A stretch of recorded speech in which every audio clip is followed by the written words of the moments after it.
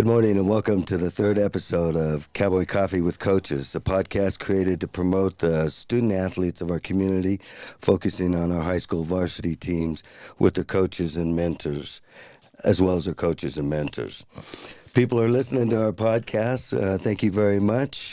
We've been recording them, and we're recording this also. We'll upload it here this later today on Facebook at the Rio Blanco Herald Times. We'll share it first and go from there. Thank you so much for your support. First two episodes, we interviewed Meeker High School Activities Director Clark Kindler and girls softball coach Kendall Bergman. Then we interviewed in our second episode cross-country coach Marty Casey and volleyball coach Greg Cravens. This week in the studio with us today, I have our studio technician, Rich Klinsman, fellow host Tiffany Jahoric, and Meeker High School assistant golf coach Kyle Hooks is in with us, as well as head football coach Shane Phelan. Both will be interviewed in our second segment, and I want to thank you all for taking time out to come join us with this podcast today. I'll turn it over to Tiffany, who will give us some highlights on last week's volleyball and girls softball results, and then I have an email from Coach Marty Casey on the cross-country results, and we'll share those as well. So, Tiffany? Yeah, thanks, Bobby. Good morning. Thank you. So it was a good week for softball. They got their first wins in of the year. They went into the weekend 0-6 and came out 4-6. They beat Delta twice and Aspen twice. In Delta, they won 12-10 and 9-6. And then some of the notable performances was Ryan Mergelman, who is a Rangeley sophomore, I believe, had a 2-run homer. And then we had our first double play of the year with Michaela Willie and Macy Ridgway. In Aspen, those were also some really great games. And fast games, said Coach Bergman, 22-2, and they won the first one, and 17-1 winning the second one. In those games, Reagan Hafey pitched the first game, and she only had 2 walks, but she had 7 strikeouts. And the top hitter was Kasten Dembowski, who had a in-park grand slam. In volleyball, the team remains undefeated. We hosted Sirocco on Saturday. Both JV and varsity played that day. We beat Sirocco 3-1. We had, according to Greg Cravens, we had some serving issues this week. It was a little bit rough that way, and we had some different errors. And right now we're counting on the other team to score us 10 points, and Cravens is really hoping to get us down to around the other team scoring 6 to 7 points for us, so that we can head into the postseason quite healthy. Emma Luce had 27 kills and 6 aces, and Sarah Kraft took the majority of the serve receives, taking 28 of them. In digs, Luce led that, followed by Aspen Merrifield and Ellie Hosick. They look tough. The girls are looking really good. Yeah. I got an email from Coach Marty Casey, and the team was in Newcastle last Friday for the Coleridge Invitational. They did not have any female competitors, but Coach said that the boys showed up and they were ready to race. All 5 runners posted the best times of their season, and they were led by senior Gabe Richardson, who broke the 20-minute mark. He ran the course in 1952 for 20th place. Gabe Smithers kicked it into high gear, according to Coach Casey, and in the race, chasing down a number of runners for 23rd place and a new personal record of 20 minutes, 6 seconds. Wyatt Rollins had an excellent race running to a new PR of 20 minutes and 52 seconds for 29th place. Gabe Richardson was in 31st place with a time of 21:07, and Owen Hanneman just edged out the competition for 41st place with a time of 22:40. Coach Casey wrote that the boys took 6th overall in the team scoring, and was quoted as saying, "We saw some really great results on the new course, and we're starting to see the hard work pay off." Coach Casey said, "I'm proud of how everyone raced this week and appreciate all the effort. Our times are getting closer to where we need to be." They've been missing runners due to illness and injuries. He hopes to get them back here this next week. where they will compete in Craig at Lottie Simpson Park, the Moffat County Invitational. Yeah, so I also like to mention that I think we would welcome any junior high results that we could post as well if the coaches would like to turn that into us. And also, I just want the Meeker Mustangs had their very first game this week too. They played against Rangeley and beat them 6-0. Oh, we do need to. Coach Casey did send me some information on the middle school runners. They were at Lottie Simpson Park, said it was a 2.3 mile course, and there were like 80 runners. She said she was super proud of how the kids ran. The top 5 runners were Sam Smithers, Brad Nilsson, Don Arnold, Cameron Honberg, and Skylar Grimes. He said next week they'll be back in Craig, and that's our middle school, and that's information coming from Coach Chris Casey. Nice. Where do you suggest they send that information? I think they should all have my email address, so they can definitely email it to me if they want to. Yeah, so if you would, and there's a lot of activities going on, and we're trying to focus on the high school sports, but do want to get the middle school and even the Mustangs, and because those are the feeders and kind of where it all starts. I saw a picture of memories came up on Facebook of a picture of some kids punt, pass, and kick, and some of them have already graduated and been through the program, and so it starts when they're young. Yep. So we'll take a quick little break here, and we'll come back with Coach Hooks and Coach Phelan. Thank you very much.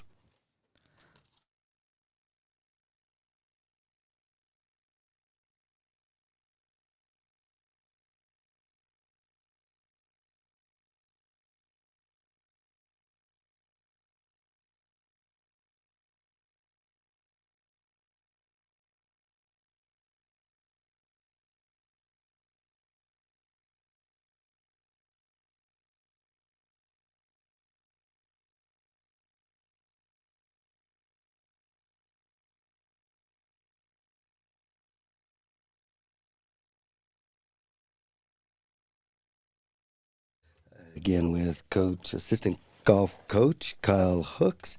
Kyle's been the assistant coach for Willie Theus for the past 3 years since Meeker has had a golf team. Kyle works for Northwest Auto and has for the past 7 years. Northwest Auto is a great supporter of our athletes, and we appreciate Kyle taking time off here to come meet with us and talk to us. If I could get Kyle to give us a little background on himself, where he grew up, where he went to school, and his involvement in golf, and then we'll talk a little bit about his team and what they've been doing. Go ahead, Coach. Okay. Thanks for having me. Am I too close? No, that's good. I grew up in Abilene, Texas, out in West Texas. If you guys have seen Friday Night Lights, that's my school district, having to deal with those yahoos. Went to Texas Tech in Lubbock, played golf in high school. We had a strong golf team, strong athletic team, regional, state, and then walked on at Tech, realized I wasn't that good, and just went to school after that. I then became a PGA Pro in Littleton for about 9 years till we moved to Meeker. I got out of the golf business, just started having kids, and enjoyed making real money, but always enjoyed teaching and playing. And then Coach Theos, he and I became friends and played a lot of golf together with JC and all the guys. And honestly, Mary Cunningham and Nick Massey were really instrumental with getting the golf team going, and Willie too as well. I show up scrambling, coming from Northwest, and teach about an hour. But Willie is, he's got it going. He's going to these tournaments that I can't go to. He's a great supporter of the kids. So really all the kudos should go to Willie and honestly Mary Cunningham. And that is Willie. He's the reason he wasn't here today is he's taking the team to Craig. Is that correct? He's in Craig right now, and then they go to Steamboat, and then regionals is coming up. So I haven't had a chance to go any of the tournaments this year, but Willie has just been phenomenal, and we've got a great group of kids this year. Well, good. And so, what is practice like, and how often do you practice? You started the season earlier than, or before school started. Definitely. It's been, they get out of school at 3:50, and then the guys go to the course, and Willie's got them going, either playing or doing whatever we needed to work on for the week ahead. And then I show up hopefully about 5:15, and we kind of grind till about 6:45. We have a lot of underclassmen, a couple seniors, one sophomore. So the great thing that we've developed is that these kids are going to be hopefully playing for the next 5 years. Okay. The junior program has what we call it at the golf course, with the rec center has really just is resonated within the community. It's gotten so much better, and there's been a lot of activity, and a lot of that is due to the rec center and Becky Ridings at the golf course, just the ultimate support that we've given them and they've had for us too. So. Good. Again, kind of the feeder program as exactly. we were just talking there during the break. Well, good. And so you've been helping them out the last 3 years. And this last week they were in Vail. Is that correct? They were. That's a tough course. It's what we would call target golf, really point and shoot golf. And so, needless to say, it was humbling for a few. I've been in that situation before, but the more reps, the more experience you get. Playing tournament golf, it makes you a lot better. It makes you really kind of focus on your weaknesses, and that's kind of a life lesson that we've put on these kids, is that you have to really shine the light on what you're not good at, and it translates into their life. So a couple of the kids, would you like me to read off the scores? Okay. Kind of how they did there. Sure. And go ahead. Peter Hanks shot an 89. He's our senior. Will Schwartz, he's a freshman, shot 105. Drew Drake, he's a freshman as well, 115. Chokwa Brink shot 115. I think Chalk was a junior or a senior. I can't remember. His mother's going to kill me. He's a senior. Is he? Yeah, okay. Mm-hmm. And Chalk was a perfect example of, he literally started playing golf when we started the program, or it came to being. And it was a struggle teaching someone just from the get-go, and he has really excelled. I'm really happy with Chokwa's progress. And then Sam Hightower, he had a rough day. We've all been there too. He shot 135, but we had a really good practice session afterward that he knows what to do. And that's kind of what, as a PGA teaching pro, I would always teach people how to teach themselves on the golf course, because there's nothing more frustrating than getting out there and going, I don't know what I'm doing. We've all been there too. So. And as a coach, you can't be on the course while they're playing. Is that correct? No, you can. You can. And okay. It's changed since I was in school. Oh, okay. Usually, they saw you on the first tee, and they saw you maybe on the turn, and then they saw you on number 18. And now you can give advice to a certain extent. I'm a little leery of that because it's just a different technique. There are a lot of coaches that I've seen who literally walk with kids per group, and it's a little strange for me just because you're on your own, man. Get up. So. Yeah, so get out there. Well, again, appreciate what you do, and also we were gonna see if you would pick a student athlete of the week, and then give us a reason why, and we'll go ahead if you've chosen that. Yeah, Peter Hanks. Again, I've known him since he's come up through the system. He's a good player. He's a good kid. He's a smart kid. We all know who his parents are, and it doesn't surprise anybody. But he's on the path to really play good golf, and he's worked really hard at it. He's had some help from Willie and from JC, from myself and some other people, and he's just dedicated himself to being a terrific golfer and, really more importantly, a good student. it's always a main course for him. I got to go home, Coach. I've got this AP class. I'm like, okay, well, how many are you taking them? All of them. So, for sure. Yeah, I'm really proud of him. And good, and congratulations to Peter. Keep the good work up, and good luck in the upcoming state qualifying meet, which is going to be when and where? A week from today in Cortez. Okay. Tough course. Yes, and about these courses, how do you kind of prepare them to play on these different courses? It's going to sound crazy, but you can go online now and get a video of the holes. You know, if you go to any golf course, it has a video tour of it, and if you haven't seen it, it's really informative. And where would you see that at? Where would you? Like, it's going to sound, I can't remember the name of the course, but maybe it's Cortez Country Club. But you can go to their website and click on it. There's a heading that says course, and it says video tour. And you can literally, and they have all that stuff on YouTube as well. So if you haven't seen it, those things really help. Wow. I know, but I always tell them to just take a day out there with your parents and go and at least walk the course. But Cortez is, 800 miles away? I don't think it's quite that far. I think it's like about 500. Okay, it feels like it. The last time I drove there, it was... Round trip, baby. Yeah, golly. All right, well, have fun, Willie. Coach, again, thank you so much for being guys. here. Appreciate Also it. wanted to get in, he is the 3-time defending club champion out at our course. So our kids are learning from the best, and got lucky. we appreciate that the best are willing to step in and help out our youth and our programs. Yeah, here. it's a pleasure. Thanks again, Coach. Yeah, thank you, guys. We'll take a short little break and let Coach pass the earphones and the microphone to Coach Phelan. We'll come right back. Thank you very much.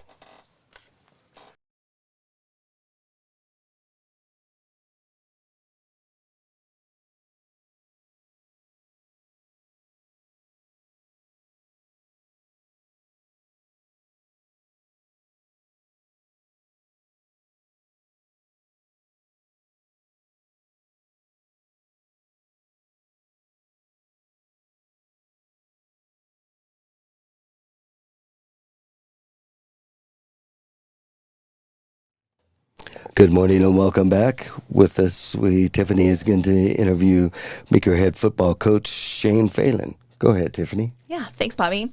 So, Shane, thanks for joining us today. We appreciate it. The boys are coming off of a good week. We are now 1-1 on the season. But, Shane, before we jump into the boys, let's talk a little bit about you. You graduated from Meeker, you're married to Jen, and you have 3 kids, Jake, Maggie, and Ryan. And take it away. Oh, well, thanks for having me. You got all your facts right. I did graduate from Meeker. A bunch of the players think it was about 50 years ago. It wasn't quite that long ago, but... What year was it that you graduated? 1989. All right. So, there was a few days ago, but... Yeah, been lived in Meeker for quite a while now. And you played football someplace, right? Yep, I played football down at Western State in Gunnison. Oh, in Gunnison. Okay. Yep. That was also a million years ago. So let's talk about your coaching staff a little bit. You have quite a few guys that are helping you this year. Yep, we have Coach Scott, Matt Scott, that works at White River Trees that helps us. We've got Coach Dupier, Matt Dupier, that's resource specialist at the BLM. We've got Darby Finley, who works with Colorado Parks and Wildlife, who's a wildlife biologist. Coach Coriel, who's a rancher and a dad, and myself, who's a rancher as well. So we don't have really anybody that's in the school system. We're all kind of walking off the streets and yeah, but you guys all together. have other jobs, and you're still committing to the football team, so that's awesome, and we appreciate it. Yeah, we. How hard is that to coordinate all that? I mean, there's a lot of moving parts. It's makes for great conversations though, because everybody's coming from a little different spot, and the wealth of knowledge out of those other guys. I learn something from those guys every day about a variety of things or what they go on and go through in their work life. So that makes it really interesting for me, and I think good for the kids too. Right. sure. Yeah, it is for sure. So, let's just do a quick rundown of the game against Roaring Fork. We won 40-0. We went into a running clock. I remember because I took a picture of it 8 minutes and 48 seconds into the second quarter, which was great. Coming off of a bit of a disappointing loss to Lyman, I think it was really good for the boys' morale to have that win over the weekend. Yeah, it was I thought we really made a lot of improvement week 1 to week 2. Generally, you see a lot of growth in football teams there. Coming off of that Lyman loss, I think it got us a little more focused. Kids maybe were a touch more coachable this last week after that home performance. So I was happy with our improvement. We came out, we started pretty strong. Got our first passing touchdown of the year in 42 yards to Liam. Yep, Connor had a nice toss to Liam there to start the scoring for us, and then we were kind of able to establish ourselves in the running game as well. And we ran the ball very effectively, and that starts up front with our linemen doing a great job and receivers blocking downfield, and then our backs did a pretty nice job for us. Yep, and we got a lot of JV in last weekend too, the whole second half, right? Yeah, we got some of our younger players in. They got an opportunity to experience the varsity contest, and they did a lot of good things as well. There's some things we're going to learn and get better at. And yep. So some of the other things, Clay Crawford returned a punt for a touchdown, which was fun. John Hampton Hightower had 4 PATs. And then Kelton had 10 carries for 156 yards and 4 touchdowns. Yeah. Yeah. And on a couple of those things, when do you know the last time someone returned a punt for a touchdown? I don't off the top of my head. Or who that might have been? I do not off the top of my head. We've had a lot of pretty good returners through the years, and Clay hopefully is the next one in line for us. And he's just a freshman, right? Yes. All right, good for him, yes. Yep, yeah. So let's talk about the seniors really quick. You kind of have a big group, 10 of them, I believe. So take it away, Zogger Brown. Yeah, we have Zogger Brown. He great big young fella. He's really changed a lot physically through the years. He's playing some of our fullback type spot and tight end for us. He plays on the defensive line for us. He's doing a lot of great things. He's continuing to prove every day. He's a good worker, super strong kid that I'm excited about seeing him as the year progresses. Damick's another one that a lot of changes throughout the last 4 years. Plays on the offensive line and a linebacker for us. Great motor, always a great attitude. We enjoy him a ton. We've got Zach Eskelson, another kid that has spent a lot of time in the weight room and improved himself every year. He's going to be a heck of a player for us all year long, and we're using him a little as a linebacker this year. He's been a defensive lineman in the past for us, so there's a little transition for him there, but he's doing some really good things for us early here, and I think the sky's the limit for him there at that position. When we've got Liam Deming, another senior that there's been so much growth with through the years. One of our better athletes. He's an amazing athlete that caught a long touchdown pass for us this last week. He physically just super gifted and able to do about anything on the football field that he puts his mind to. And we got Ty Geddert. Ty's as a freshman was one of our smaller guys. Now he's a solid 135, 140 pound young man for us. He's kind of like a little bulldog out there. He just gets after him and does a lot of great things. And it's always fun to watch Ty out on the football field. John Hampton, he also has changed a ton since he was a freshman wide receiver for us. He's also our kicker. He does a great job. We were talking as a coaching staff the other day. I don't know the last time we had 4 or 5 touchbacks in one football game. He booted the heck out of it the other night. Kicked a bunch of PATs. He's really developed himself into a kicker. As a staff, that we are not very strong as kicking coaches, and Hamp's done a lot of that on his own, and he's kind of taken pride in what he does, and has improved a great deal. Porter's another smaller in stature player, but he doesn't know it.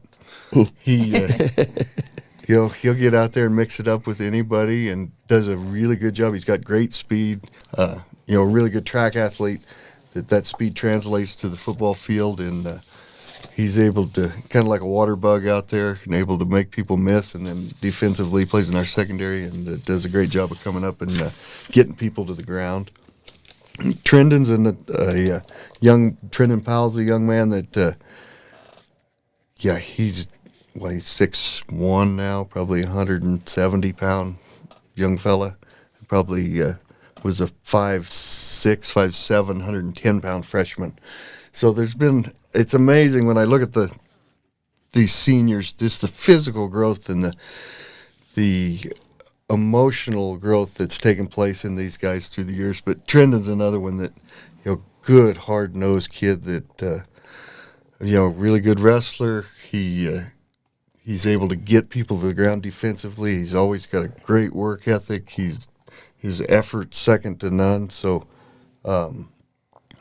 we enjoy, guys like that are great leaders and great examples to those younger players that we have, that how much change can take place physically. And even though you may be a smaller guy, as a young fella, that changes take place and you'll grow eventually.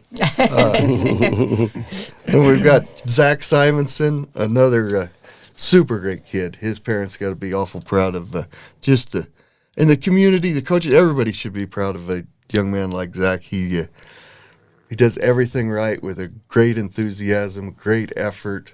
If he ever makes a mistake, he just learns from it and continues to get better and better and better. A great role model for our younger kids, a great role model for the adults. He's just a really good kid. Can't say enough good things about Zach.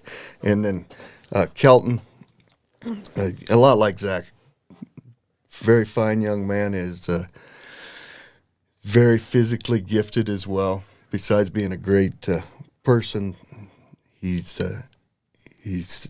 an amazing athlete that does a lot of really good things on the football field that other kids look to kind of lead the team, and he does a good job of shouldering that responsibility, and with great athleticism like that, there's also some other burdens that take place as well, and he does a really good job of helping others along their path. Yeah, I think so too. I think I've noticed that this group of seniors are great leaders to the underclassmen, and they've taken them under their wing, and they're really helping them. So it's been a fun year so far. Yeah, a lot of really good kids there, and a long year. You started on August 2nd.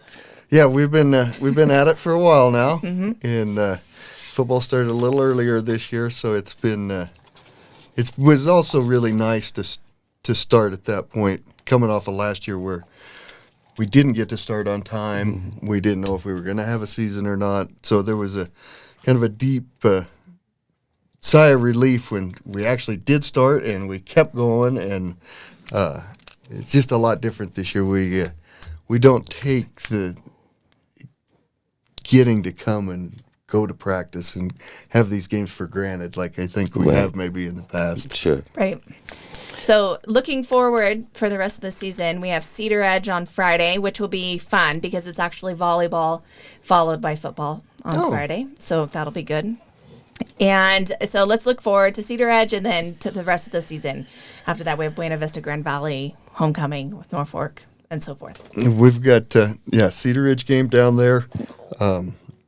So a little bit of a road trip for us. Cedar Ridge traditionally has had a good program. I mean, they've got some good hard-nosed kids. The coach Cerise down there does a really good job with them.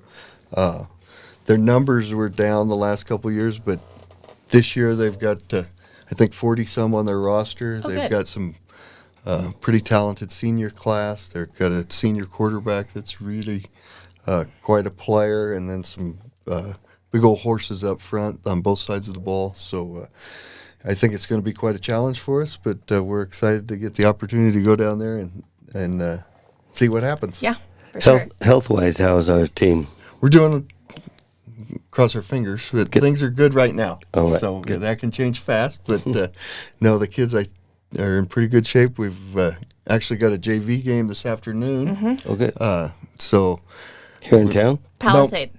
Palisade. In Palisade. All Yep. right. So we'll get Yeah. those guys back from that tomorrow, and hopefully our health is still good, and we'll go to work on Cedar Ridge.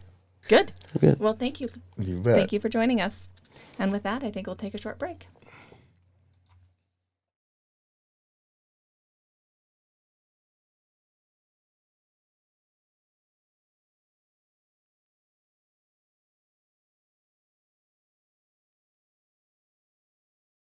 We are going to give it a little highlights, or excuse me, the upcoming meets and games we have this weekend. Tiffany will tell us. Then we'll close it out. Go ahead, Tiffany. Yeah, thank you. So this weekend golf, the boys are actually in Craig right now playing golf today, and then tomorrow they will travel to Steamboat. So it's going to be a short week of practice for them because on next Monday they actually head to regionals in Cortez, which will determine who gets to go to state. Cross country has a full week of practice this week, and on Saturday they will head to Loudy Simpson Park in Craig, where they have a meet that begins at 9:45. Softball is completely on the road. Tuesday they're going to play in Basalt, and then Thursday they will be playing in Rifle. So they played Rifle before. That was their opening season, and Coach Kendall feels like that they've really improved, and hopefully they can reduce the number of errors this week and take a win home from Rifle. So Friday, volleyball and football are both in Cedar Edge. Volleyball is at 3, 4, and 5, followed by football at 7 o'clock. Volleyball then is also going to host the Rangeley Panthers on Saturday with games at 1, 2, and 3. Also on Saturday, the Meeker Mustangs, the little guys, both 3rd, 4th, and 5, 6, and I can't remember their names. I think they call them D1, D2, or something like that. But those guys play in Meeker at 12 and at 4 All right, in Starbucks Stadium. in Starbucks Stadium. Wonderful. Okay, and hopefully next week we have asked Meeker High School cheerleading coach Beth Bennett to be a guest, yet to be confirmed, as well as Meeker High School band director Randy Adams. Thank you so much for listening to us. We hope you have a great week. Support our Cowboys and come on back next week. Thank you very much. Have a great week. Bye-bye. Thank you.